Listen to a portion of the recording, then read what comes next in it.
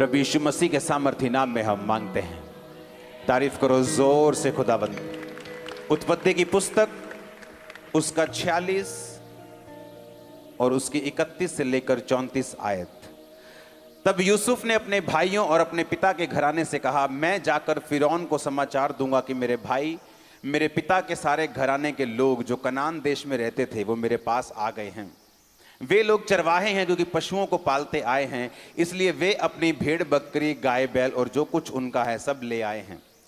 जब फिरौन तुमको बुला के पूछे कि तुम्हारा उद्यम, तुम्हारा बिजनेस क्या है, तब कहना कि तेरे दास छोटे होते से ही पशुओं को पालते आए हैं, वरन हमारे पुरखा भी ऐसा ही करते थे।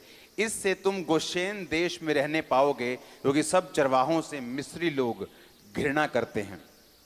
तब यूसुफ ने फिरौन के पास ये समाचार दिया कि मेरे पिता, भाई, भेड़ बकरियां, गाय बैल जो कुछ उनका है सब कनान देश से आ गया है और अभी वो गोशेन देश में है। उत्पत्ति 47 उसकी 5 से लेकर 6 आयत। तब फिरौन ने यूसुफ से कहा, तेरा पिता और तेरा भाई तेरे पास आ गए हैं, मिस्र देश तेरे सामने पड़ा है। इस देश का जो सबसे अच्छा भाग हो उसमें अपने पिता और भाइयों को बसा दे, अर्थात वो गोशेन ही देश में रहें। और यदि तू जानता हो तो उनमें से जो परिश्रमी पुरुष हैं उन्हें मेरे पशुओं के अधिकारी ठहरा दे। सब बोलो आमीन। अब 47 उत्पत्ति 11 और 12 आयत में लिखा, तब यूसुफ ने अपने पिता और भाइयों को बसा दिया और फिरौन की आज्ञा के अनुसार मिस्र के सबसे अच्छे से अच्छे भाग में, अर्थात रामसेस नामक देश में भूमि देकर उनको सौंप दिया। और यूसुफ अपने पिता का, भाइयों का और पिता के सारे घराने का एक एक के बाल बच्चे के घराने की गिनती के अनुसार भोजन दिला दिलाकर उनका पालन पोषण करने लगा। आमीन। बाइबल कहती है कि जब यूसुफ ने अपने राजा को कहा कि मेरे बाप, मेरे बच्चे, जो मेरे सब परिवार है वो आ गया है, तो बाइबल कहती है कि उसने कहा कि तुम उनको बताना कि तुम्हारा बिजनेस क्या है। तुम्हारा बिजनेस है पशुओं को पालने का। लेकिन वचन ये कहता है कि मिस्री लोग जो थे वो पशु पालन से, चरवाहों से नफरत करते थे। लेकिन वचन ये कहता है कि उस नफरत के बावजूद भी उनको बेस्ट देश दिया गया, जहां पर गोशेन देश जो था वो पूरा ग्रीन था। मिस्र देश में एक ऐसी, अगर आप मिस्र देश में जाएंगे तो वो पूरा एक आपको रेगिस्तान की तरह नजर आएगा।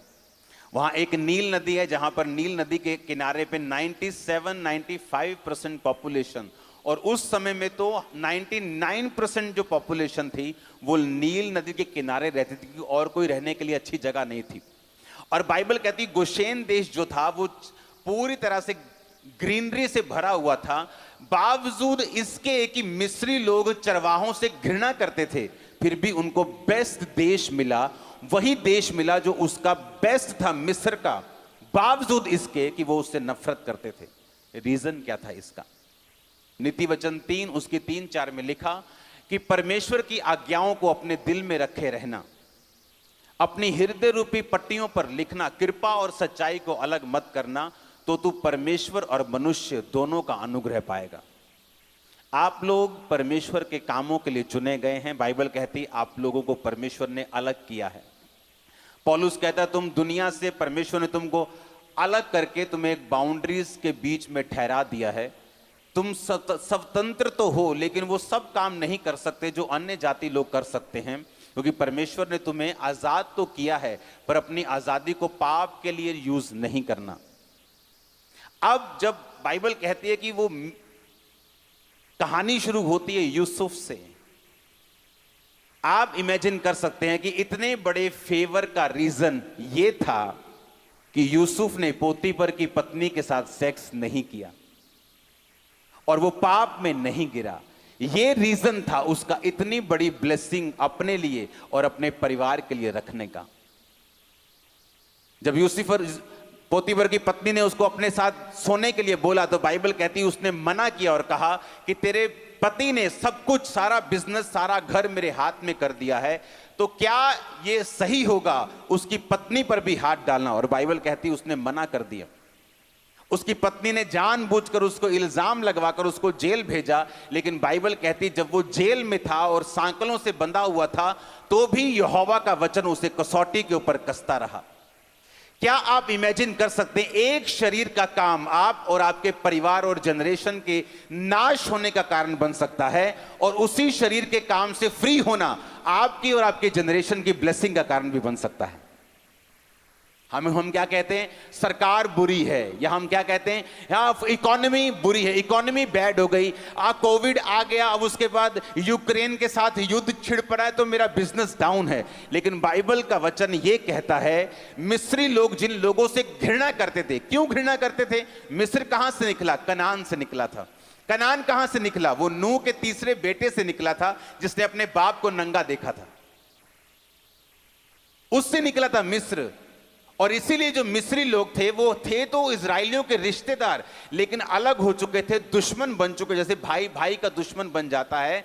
और जो इजराइली थे वो ज्यादातर, जिस तरह एसाव और याकूब, बाइबल कहती है कि भेड़ बकरी को चरवाही करने वाला बना, और एसाव धनुर्धारी बना, वो युद्ध करने वाला बना, शिकार खेलने वाला मनुष्य बना। तो इजराइली जो लोग थे वो चरवाहे थे। इसके बावजूद भी कि एक पूरा देश, उसका प्रधानमंत्री, उसका राजा, उसके लोग उनसे नफरत करने के बावजूद भी आप इमेजिन करो कि जब वो उस देश में जाते हैं तो बेस्ट पोर्शन उनको मिलता है। आपकी लाइफ में बेस्ट पोर्शन खुदा आपको देने के लिए तैयार है। मैंने कहा आप अपनी लाइफ में बेस्ट को देखने के लिए तैयार हो जाओ। बस एक काम करना है। यहां पे मैं आपको एक ही वचन देने के लिए आया हूं। यह वचन खुदावंद ने मुझे इस हफ्ते की शुरुआत से थोड़ा पहले दिया था, आज देने के लिए आप लोगों को। अगर आपने एक काम ये कर लिया, मैं आपको बताता हूं, इकोनॉमी बैड हो, इकोनॉमी वर्स्ट हो, आपका देश यूएसए हो, सोमालिया हो, नाइजीरिया हो, इंडिया हो, कोई फर्क नहीं पड़ने वाला। आप बेस्ट हिस्से में रहेंगे इन जीसस नेम। आमीन। मुझे ऊंचे वाला चाहिए चर्च। हालेलुया। अब उसने जब मना किया कि मैं इस शरीर के काम को नहीं करूंगा और मैं आत्मा के अनुसार चलूंगा, हालेलुया, और वहां से उसकी जर्नी जो है वो स्टार्ट होती है। जब वो अपने शरीर के काम को मना कर देता है और वहां से उसकी स्पिरिचुअल जर्नी स्टार्ट होती है। यीशु मसीह ने कहा, जब तू मेरे वचनों के ऊपर चलेगा तो परमेश्वर और मनुष्य दोनों का ग्रेस तू पाएगा। आज आप जानते, आजकल का यूथ इतना कंफ्यूज क्यों है? क्योंकि पवित्रताई में नहीं है। आप जानते हैं आजकल का यूथ इतना ब्रेक क्यों है? इतनी अपॉर्चुनिटीज होने के बावजूद भी फाइनेंशियल स्ट्रगल क्यों है? क्योंकि पवित्रताई की कमी है लाइफ के अंदर। और जिस दिन ये कमी खत्म हुई, आप इमेजिन करो बाइबल क्या कहती है। आप जानते हैं, अगर आप इस स्टोरी को आगे पढ़ें, उत्पत्ति 47 उसकी 18 से 24 और 11 से 12 पढ़ें, तो वहां पे बाइबल कहती है, जब सारे देशों में अन्न खत्म हो गया तो सारे लोग यूसुफ के पास जाकर अन्न मांगने लगे। तो पहले यूसुफ ने भेड़ बकरियां, गाय बैल के बदले में उनको अन्न देना शुरू किया। जब वो भी खत्म हो गए तो वो फिर आए, कहते अब सब कुछ खत्म हो गया, अब क्या करें? कहते हमारे पास सिर्फ जमीन रहती है। तो वो अपनी जमीन दे देकर उससे अन्न खरीदने लगे। और बाइबल कहती है सारे मिस्र की जो धरती थी वो फिरौन की राजा की हो गई, गवर्नमेंट की हो गई। तो यूसुफ जो धर्मी था उसने कहा, हम तेरे से पूरी जमीन नहीं लेंगे, तुम ऐसा किया करो, जमीन अपने पास रखो, इसका 5 हिस्सा 20% जो है इसकी जमीन का तुम राजा को दिया करना और बाकी से अपना पेट पाला करना। समझ आई कि नहीं आई? लेकिन वहां एक वचन लिखा है, वहां लिखा है, याजकों की भूमि यूसुफ ने अपने पास नहीं रखी। जब याजक लोग अन्न लेने के लिए आते थे तो बाइबल कहती है यूसुफ ने उनकी भूमि उधार नहीं रखी। याजकों के लिए एक स्पेशल अरेंजमेंट था जो यूसुफ उनको देता था। बल्कि वचन यह कहता है कि मिस्र के राजा की मेज पर जो भोजन होता था वही याजकों की मेज के ऊपर होता था। अब मेरी बात को ध्यान से समझना। पहले हमने क्या देखा कि जो इजरायली थे, परमेश्वर ने उनको नफरत करते थे वो लोग, उसके बावजूद उन्हीं लोगों में से बेस्ट दिया, हां के ना।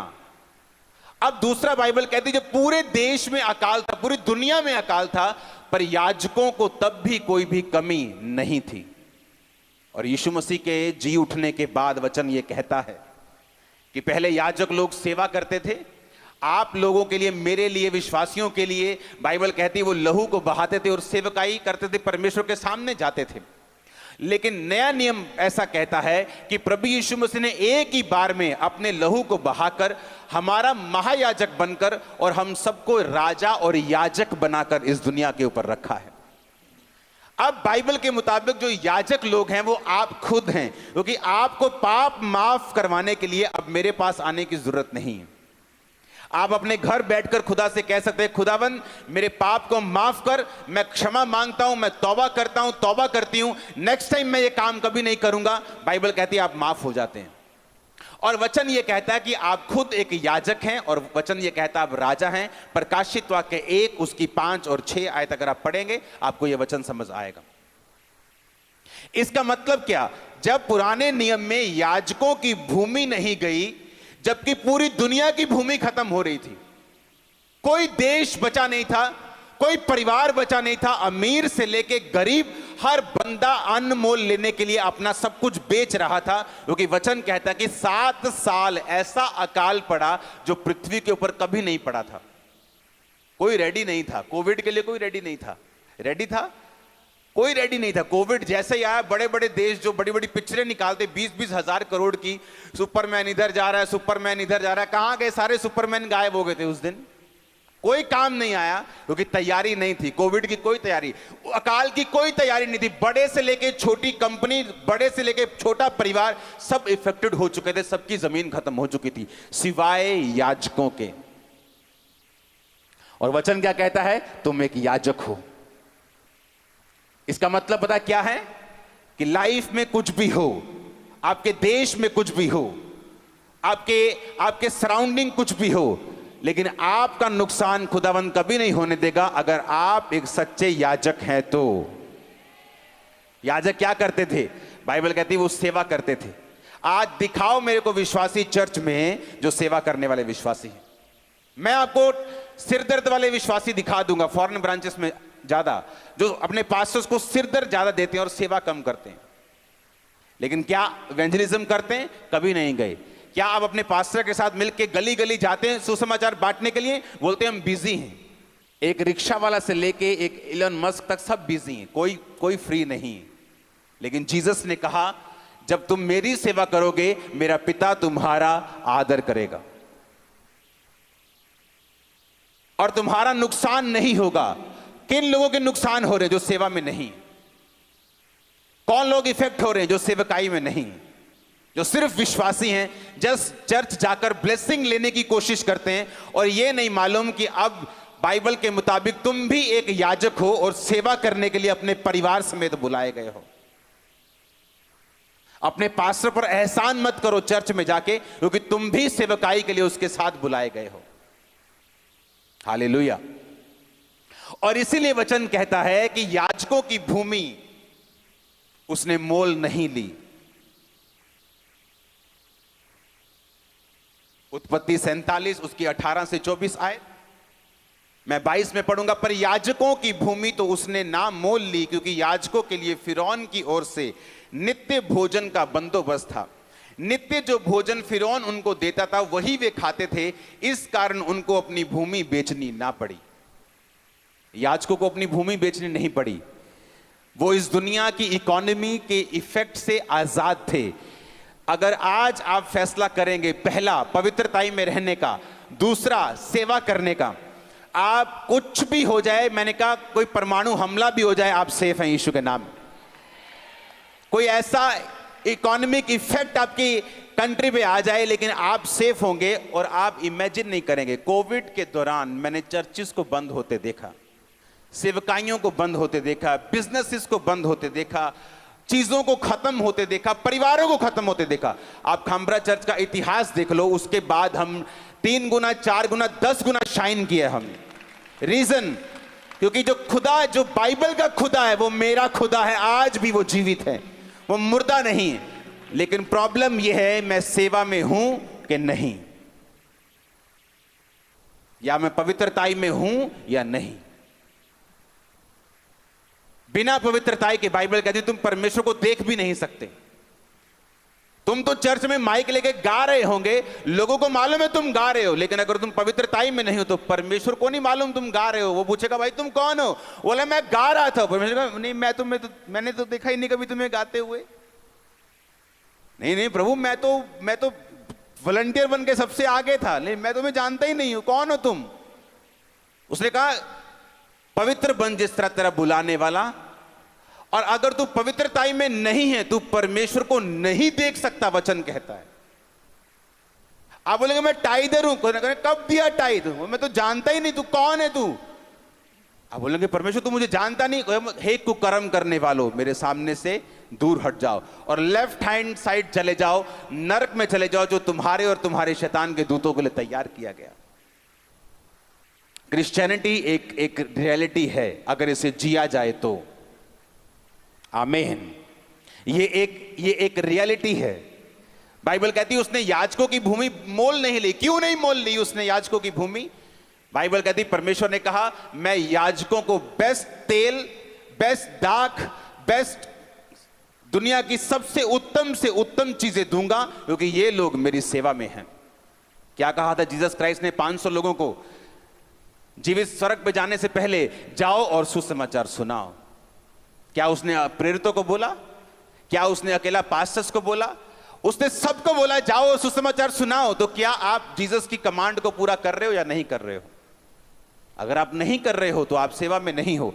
अगर आप सेवा में नहीं हो, आप याजक की कुर्सी छोड़ चुके हो। अगर आप याजक की कुर्सी छोड़ चुके हो तो जो लोगों के साथ हो रहा है आपके साथ भी वही हो रहा है। आपके घरों में भी वही कलेश है, वही बीमारियां हैं, वही श्राप हैं और वही इकोनॉमिक ऑपरेशन और डिप्रेशन है,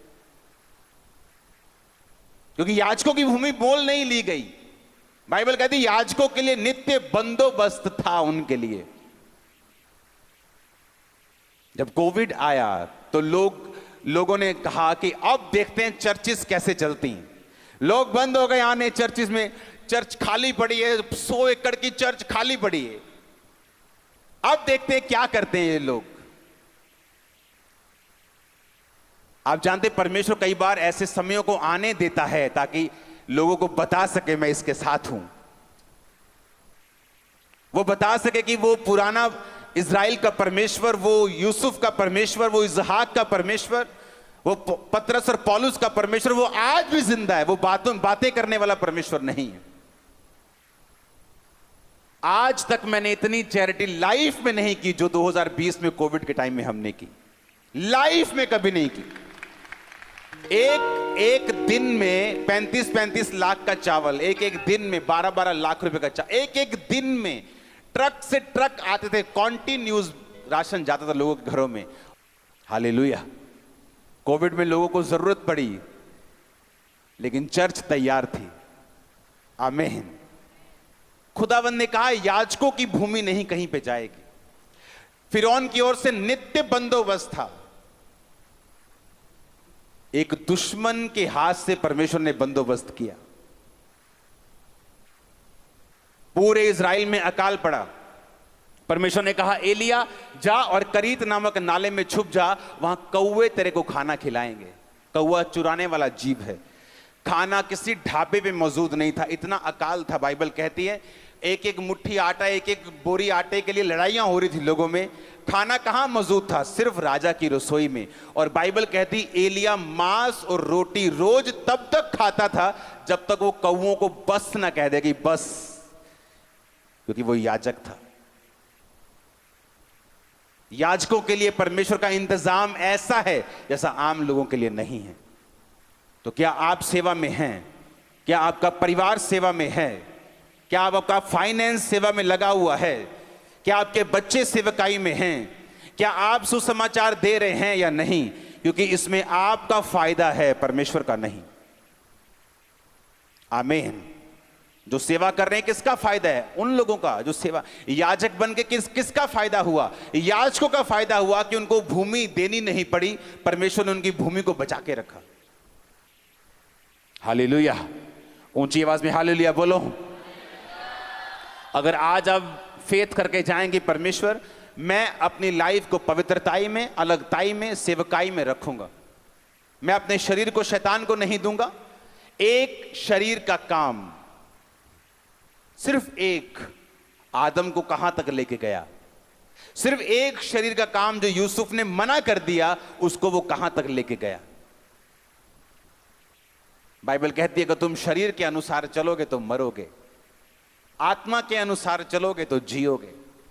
सारी सेवकाई, सारी क्रिश्चियन लाइफ इस बात पे डिपेंड करती है कि आप अपने शरीर को कितना फीड करते हैं, पाप से कितना दूर रहते हैं, आप परमेश्वर के साथ कितना अलगताई में रहते हैं, कितना सेवकाई में रहते हैं, परमेश्वर के साथ कितना जुड़े रहते हैं। परमेश्वर ने कहा जब तू मेरी सेवा करेगा, मेरा बाप तेरा आदर करेगा। और जब परमेश्वर आदर करने पे आता है, वो जबरदस्त करता है। आज क्यों फैमिलीज सेटिस्फैक्शन में नहीं, सेटिस्फाइड नहीं? क्योंकि उन्होंने खुदा को कभी सेटिस्फाइड नहीं किया। एक का मुंह इधर, एक का मुंह उधर, क्योंकि तुम्हारा मुंह भी परमेश्वर से दूर है, इसलिए तुम्हारे हस्बैंड का मुंह भी तुमसे दूर है। तुमने परमेश्वर से बेवफाई की है, दुनिया ने तुमसे, तुम्हारे साथ की। जो तुमने खुदा की लाइफ में बोया है, वो तुमने काटा है। उसने कहा अगर तुम याजक हो, वो ये भी ध्यान रखता तुम्हारा पार्टनर कौन है, वो तुम्हें चॉइस करने में हेल्प करेगा। अगर तुम याजक हो और पवित्रताई में चल रहे हो, वो ध्यान रखेगा तुम कौन सा कैरियर चुनते हो, वो ध्यान रखेगा कि तुम सफल हो जिधर तुम जाओ, जिस जगह पर तुम जाओ। आमीन। हमें लगता है परमेश्वर बड़ी बातों की परवाह नहीं करता। बाइबल कहती वो छोटी से छोटी बात की भी तुम्हारी चिंता करता है। एक मां को चिंता होती है किस कलर के कपड़े अपने बच्चों को डलवाने हैं। बाइबल कहती है परमेश्वर तुम्हारी छोटी से छोटी बात की भी चिंता करता है। आमीन। इसलिए वचन कहता है कि याजकों की भूमि कहीं नहीं गई। क्यों नहीं गई? क्योंकि फिरौन की ओर से नित्य बंदोबस्त था। इमेजिन करो, जिन लोगों से नफरत करते थे, वो चरवाहों से स्पेशल नफरत करते थे, और उन्हीं को कह रहे हैं कि तुम्हें बेस्ट से बेस्ट देश मिस्र का हम देंगे। वहां पे जाओ, अपने भेड़ बकरियों को चराओ, वहीं पे रहो, बेस्ट हिस्सा इस देश का मैं तुम्हें देता हूं। क्यों? क्योंकि यूसुफ ने एक बीज बोया था कि बाइबल कहती वो हिला नहीं। उसने अपने शरीर के सामने आत्मसमर्पण नहीं किया, अपनी इच्छाओं की पूर्ति नहीं की, अपनी काम की पूर्ति नहीं की, बल्कि परमेश्वर में बना रहा, टिका रहा, खड़ा रहा और अड़ा रहा। आज मेरी प्रेयर है कि खुदावंद आपके यूथ को, आपके लोगों को पवित्रताई के ऊपर चलने की ताकत और सामर्थ्य, और आपका परिवार और आपके लोग सेम ना हो। आमीन। ऊंचा तो ये आशीष आपकी है। ऊंची आवाज में 7 बार बोलो आमीन। मेरा बिलीव है आप लोग इस बात को ध्यान से समझेंगे। आमीन।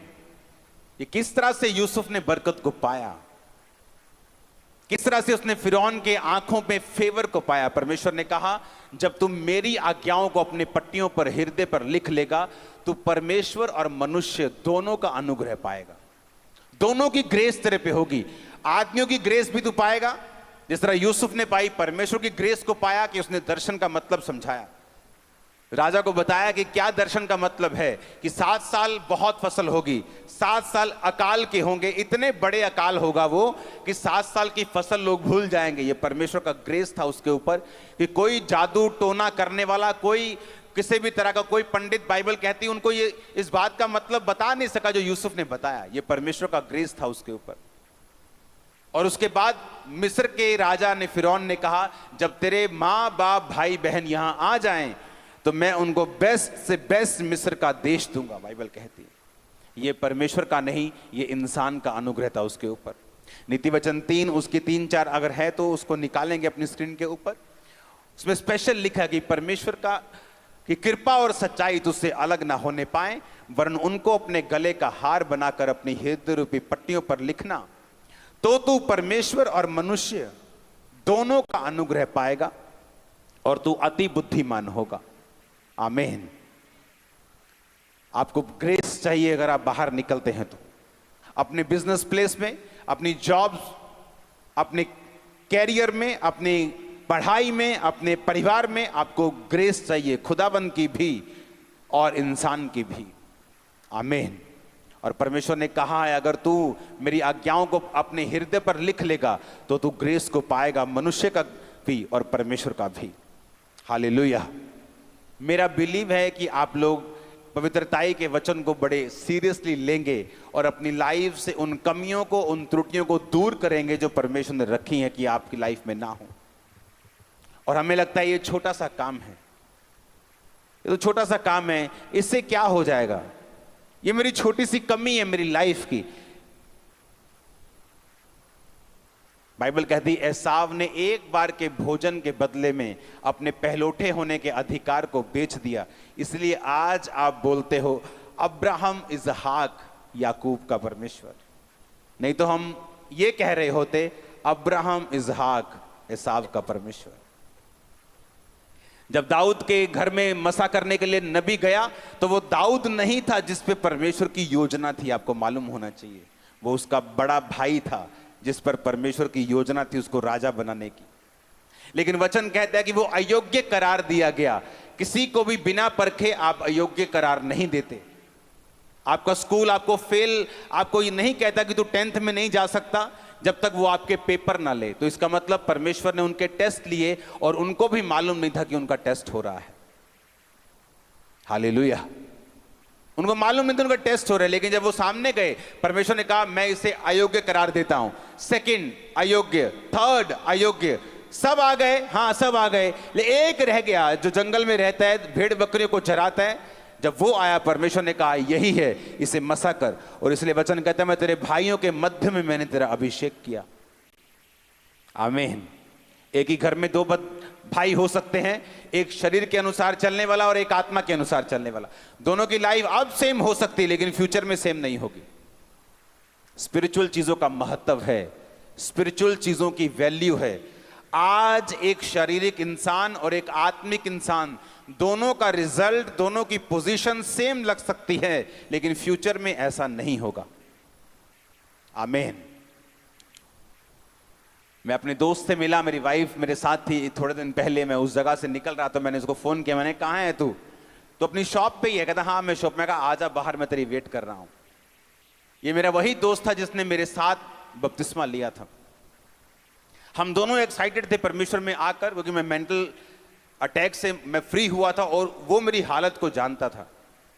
उसने मुझे एग्जैक्ट नशे में, मेंटल पोजीशन में देखा हुआ था। तो जब मैं परमेश्वर में गया और मुझे सुधार शुरू हुआ तो वो जानता था कि परमेश्वर ने मेरी जिंदगी में काम किया है। अब एक समय आया जब उसकी फैमिली और मेरी फैमिली दोनों विरोध करती थी। इतना विरोध करती थी, बोलते थे कि तुम्हारे पास्टर को पास्टर के घर जाकर पीट के आएंगे, हम मार के आएंगे उसको। क्योंकि मेरी सारी फैमिली जो है वो अभी भी, कुछ रिश्तेदार अभी भी हिंदू हैं, तो वो बोलते कि तेरे को उसको मार के आएंगे, पीट के आएंगे, तेरे को भी घड़ीस के आएंगे, तो अपने धर्म में वापस आएगा। और चैलेंज करते थे मेरे को। उसकी फैमिली ने एक दिन उसको अपने पास बिठाया और बोला बेटा ना तो तेरी शादी करेंगे, ना तेरे को दुकान देंगे, ना तेरे को मकान में हिस्सा देंगे, तेरे छोटे भाई को सब कुछ दे देंगे। अगर तूने जीसस क्राइस्ट को नहीं छोड़ा, हमारी बात नहीं सुनी, तो तेरा पत्ता काट देंगे हम। और सेम प्रेशर मेरे ऊपर था कि तुझे बिजनेस करना है, तुझे टाइल्स का बिजनेस चलाना है, बहुत बड़ा बिजनेस था, तुझे ये काम करना है, तुझे ये क्रिश्चियन लोगों के पीछे नहीं जाना है। मेरा डिसीजन अलग था। मैंने सेवा का फैसला लिया, परमेश्वर के पीछे चला। उसका डिसीजन अलग हो गया और वो परमेश्वर से हट गया। उसकी मैरिज हो गई, उसको दुकान मिल गई, सब कुछ हो गया। जिस माँ ने, जिस बाप ने उसका विरोध किया, जिस भाई ने उसका विरोध किया, 1 साल में उसका भाई डूब के मर गया, पहाड़ों में गया। थोड़ी देर बाद माँ को टीबी हो गई, वो मर गई। उसके बाद उसका बाप मर गया। अब वो अकेला है, उसकी मैरिज खराब हो चुकी है, सब कुछ फिनिश हो चुका है लाइफ में।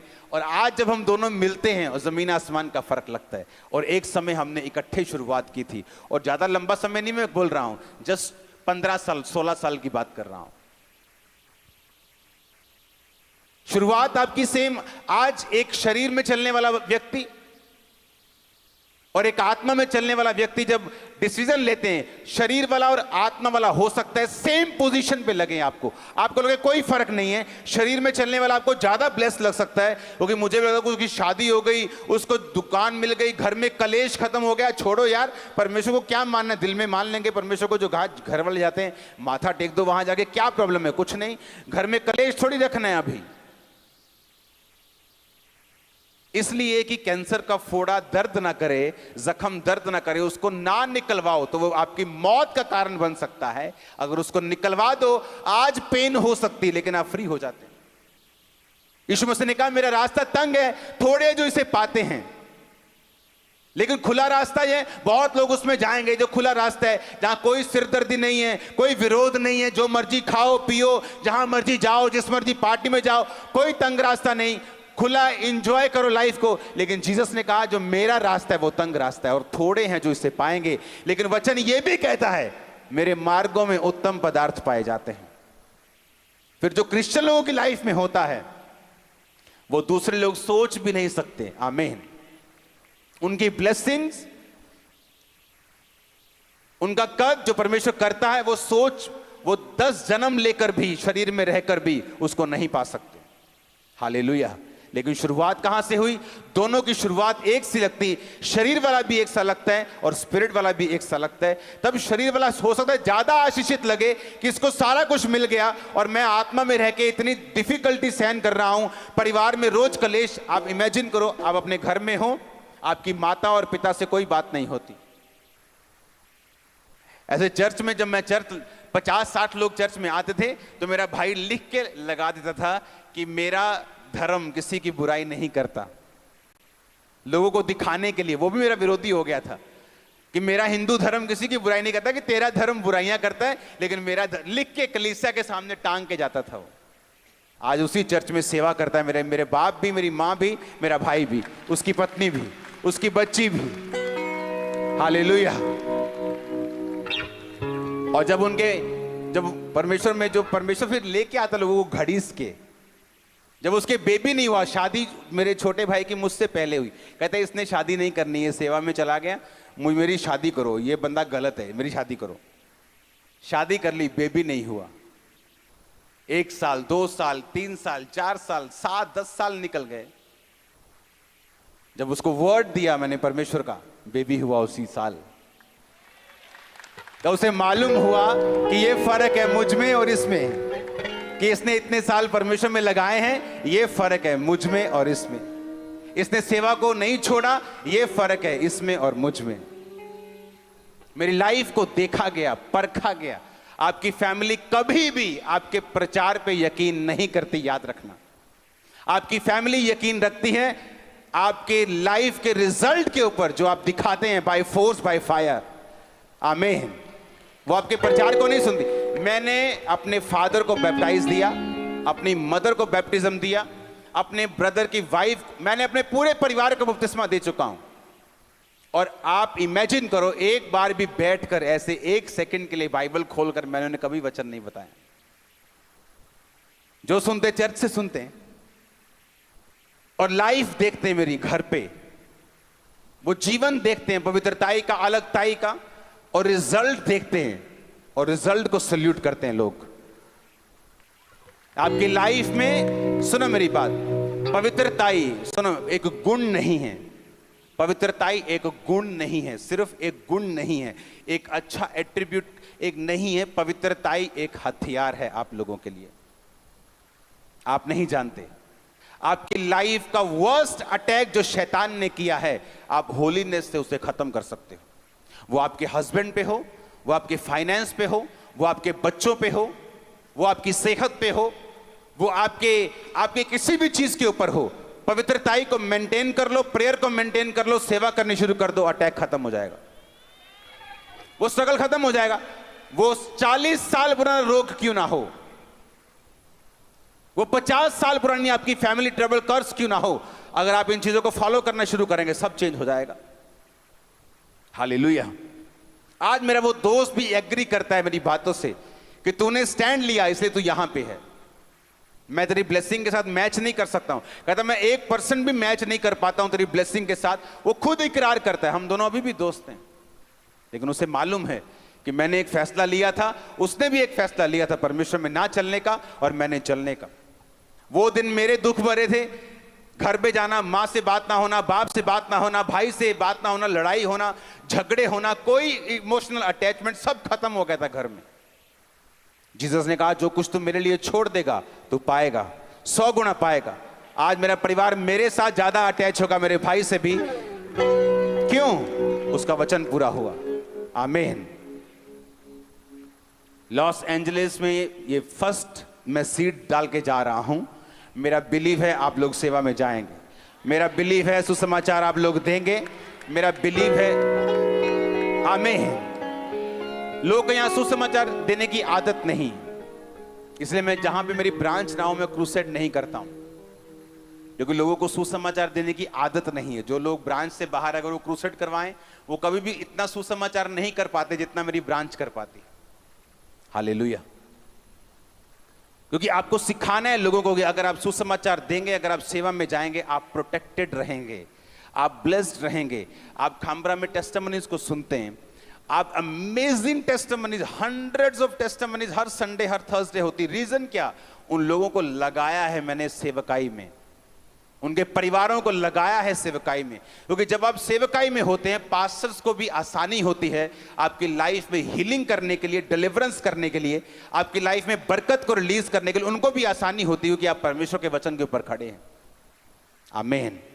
आप गर्म है तो अगर हथौड़ा पड़ेगा तो जल्दी शेप में आ जाएंगे आप, लेकिन अगर आप ठंडे हैं तो पास्टर हथौड़े मार मार के थक जाएगा, और उसका भी विश्वास आप एक दिन खत्म कर दोगे, जो आज चर्चिस में हो रहा है। हालेलुया। मेरा बिलीव है आप लोग सेवा करेंगे। आज एंजल्स आपको टच करेंगे, अनॉइंटिंग आपको छुएगी, आप सेम नहीं होंगे।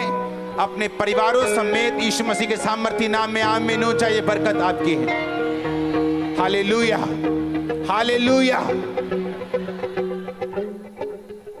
आपने तो वचन पढ़ा है, मैंने पूरा होते देखा है। वो सरकारें जो क्रिश्चियन लोगों से नफरत करती हैं, मैंने उसका फेवर पाया है इंडिया में।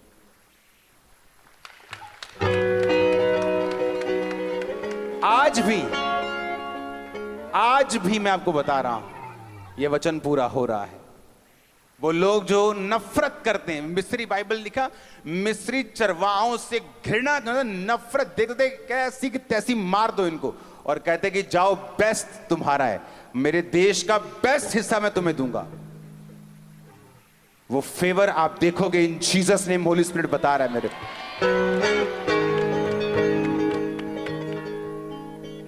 एक बंदा जो नफरत करता है मिस्री इजराइलियों से, चरवाहों से जो घृणा करते, बाइबल कहती है नफरत, हेट करते थे उनको, और कह रहे भाई साहब आ जाओ, मिस्र देश में बेस्ट गोशेन देश, हरी चारगाहियों से भरा हुआ तुम्हें देता हूं, मेरे पशु भी तुम रख लो, अधिकारी बन जाओ मेरे पशुओं के, मेरे बिजनेस में पार्टनर बन जाओ। आपने अभी फेवर देखा नहीं, जब आता है आपका दुश्मन भी आप पे फेवर करके जाता है। बाइबल कहती है पूरे इजराइल में कहीं खाने की जगह नहीं थी, सिर्फ परमेश्वर को मालूम था खाना कहां है, राजा की रसोई में, और कौवे वहां से ला लाकर एलिया को खिलाते थे। और जो बाइबल की और पुस्तकें हैं, अगर आप स्टडी करेंगे, एलिया जब उस अकाल से बाहर आया तो अपने शरीर में मोटा हो चुका था, उसका वेट बढ़ चुका था। अकाल के टाइम पर भी परमेश्वर ने कहा मैं तुझे हंसमुख रखूंगा, यह वचन पूरा होता है। आमीन। लेकिन क्या हम सेवक हैं?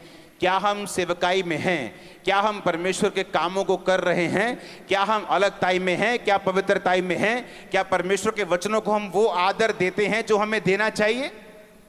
अगर हम देते हैं तो तैयार रहो फेवर लेने के लिए, तैयार रहो नुकसान से बाहर आने के लिए, तैयार रहो नए ग्रेस को, नए अनुग्रह को देखने के लिए खुदाबंद के, तैयार रहो अपने परिवार को बचता हुआ देखने के लिए यीशु मसीह के नाम में। हालेलुया। यीशु मसीह ने क्या कहा? उसने कहा तू बच, तेरा घराना बचाया जाएगा। कौन बचा पहले? यूसुफ बचा। उसने कहा अपने भाइयों को, कहता निराश मत होना, पछताना मत कि तुमने मुझे बेच दिया, तुमने मुझे बेचा नहीं, यहोवा ने मुझे आगे भेज दिया। धर्मी के ऊपर मुसीबत आई, बाकी पापियों पे नहीं आए। कहते मैं इसलिए आगे आया हूं कि इस देश में आऊं, इसका अन्न बचाऊं और फिर तुमको बचाऊं। तू बच, तेरा घराना बचाया जाएगा। रूबेन अपना घराना नहीं बचा सका, क्यों? बाइबल कहती है अपने पिता की पत्नी के साथ उसने व्यभिचार किया, अपनी स्टेप मदर के साथ वो सोया। इसलिए बाइबल कहती परमेश्वर ने उसे अपना घराना बचाने के लिए इस्तेमाल नहीं किया। और याकूब ने कहा रूबेन तू दूसरों से श्रेष्ठ नहीं होगा, क्योंकि तू एक व्यभिचारी जन है। एक क्रिश्चियन है, लेकिन वो भी आम लोगों के जैसे सब कुछ कर रहा है। क्यों? क्योंकि लाइफ में पाप है उसके। अगर पाप नहीं है वो इफेक्टिव होगा, वो होगा आज नहीं तो कल होगा। उसने कहा रूबेन तू लोगों से श्रेष्ठ नहीं हो पाएगा, आम लोग जैसे जीते तू भी जिएगा, क्योंकि तूने अपने पिता के बिछोने को अशुद्ध किया है। और यूसुफ, बाइबल कहती वो बचा और उसका घराना बचाया जाएगा। आज लोग चर्च में आते बोलते मेरी पत्नी बचाई जाए, मेरा बच्चा आ जाए, मेरे माँ बाप आ जाए। मैं उनको बोलता हूं तू बच पहले, तू बच गया, तू अच्छी तरह से बच गया और बचा रहा, तेरी फैमिली तेरे पीछे आएगी। वचन कहता है 100% आएगी, 99.999 नहीं, 100% तेरा परिवार बचाया जाएगा। पॉसिबल नहीं, मैंने कहा पॉसिबल नहीं है कि तुम यीशु मसीह के अनुसार चलो और तुम्हारा घराना बचाया ना जाए। पॉसिबल नहीं। वो आएंगे, मैंने कहा वो खुदावंद लेके आएगा उनको। उसने वचन में लिखा तू बच, तेरा घराना बचाया जाएगा। आमीन। यूसुफ ने प्रेयर नहीं की खुदावंद मेरे घराने से मुझे मिला, बल्कि पाप से बच के रहा। अकेला था, इमोशनल डिस्टर्ब था, पाप कर सकता था, बहाना था उसके पास, लेकिन वचन कहता है वो परमेश्वर में रहा, अलगताई में रहा। अपने हाथों को उठाओ, थैंक यू जीसस। ऊंची आवाज में सब जन खड़े हो जाओ, अपने हाथों को उठाओ।